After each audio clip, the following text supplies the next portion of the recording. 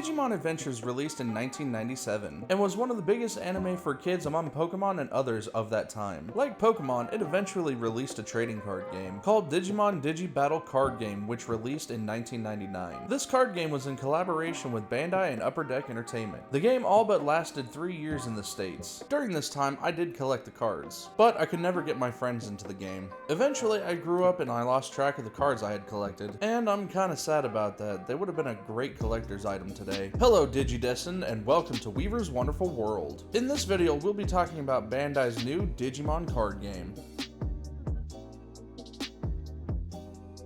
For their part, Bandai did keep Digimon going for a very long time in Japan, with Hyper Coliseum. It eventually started to wane. Their Carddasu machines did have new releases still, however the card game was all but dead, at least from my understanding, so please, take this with a grain of salt. That is, until Bandai started releasing Digimon in a different TCG, called Battle Spirits. Now, what Bandai saw when they did this was a hype they hadn't seen for Digimon in a while. Boosters were sold out quickly and Battle Spirits managed to hold out because of it. This let Bandai know their fans wanted Digimon anew.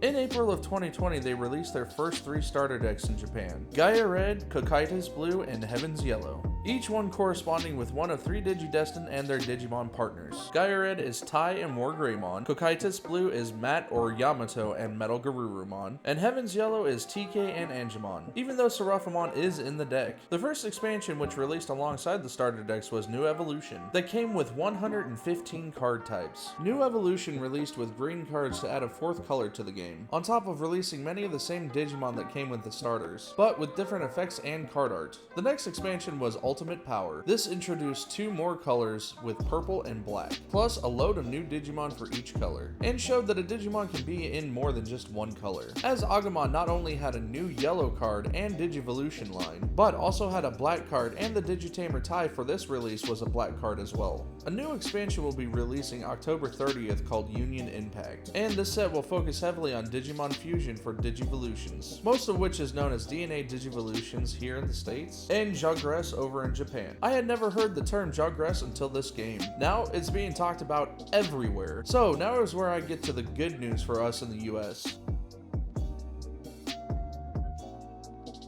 Digimon Card Game is going global, with the American release set for January of 2021. We'll be getting all 3 starter decks with an added goodie of 1 expansion pack, but that's not where it stops. We'll be getting a combination of the first 3 Japanese boosters. In our first expansion, which is known as Special Release Booster version 1.0, it will feature 187 different card types. My guess is these cards are going to be from set 1 and 2 from Japan. In Special Release Booster version 1.5, I'm guessing we'll get the other half of Booster Set 2 from Japan, and all of Booster Set 3 to catch the rest of the world up to the Japanese release. But each booster pack comes with 12 cards, where the Japanese boosters come with 6. Now, this means our boosters will be more expensive, but if they keep to the plan of action I believe they came up with, we may see 6 card booster packs in the set after Special Release Boosters version 1.5. This will drop the price significantly if they do this, and I'm hoping they will. That way buying boosters and boxes will be much cheaper. Now, they're doing a pre-sale event for November 27th, and I've already pre-ordered a booster box and all 3 starters at my local shop, Level 1 Game Shop. They are the only ones in my area I found doing the pre-sale, and they've told me there's a lot of hype for the game, which means it will be easy for them to cultivate a community, and hopefully keep this game going for a long time. If anything, I am extremely excited about that.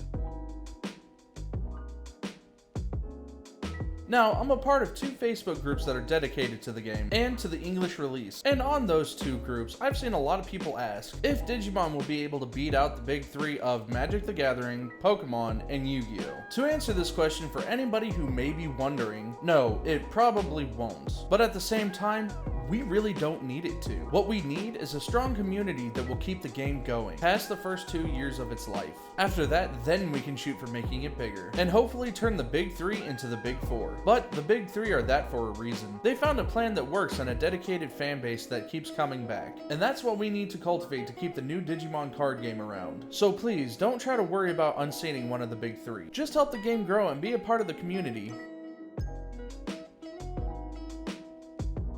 Bandai is basically using the Chrono Clash system that was created by Ryan Miller, who invented this gaming style as a way to bring shonen card games into one format like Weiss Schwarz did for other animes. He was the lead designer of Duel Masters, worked on multiple different Magic the Gathering sets, and worked on many more different titles. The system basically gives both players a shared resource pool. When your data gauge goes past 0 into the negative, it's automatically your opponent's turn. There are 4 different card types: Digitama, which are your egg, baby, and in-training forms; Digimon, which are your rookie, champion, ultimate, and mega forms; Tamers, which give permanent field effects; and options, which give one-time effects. The way the game works is each player gets 5 security cards from the top of their deck after drawing their hand, and the first to lose all 5 and be attacked directly once loses the game. I'll cover all the phases and mechanics in another video, but it's pretty cut and dry how the game works.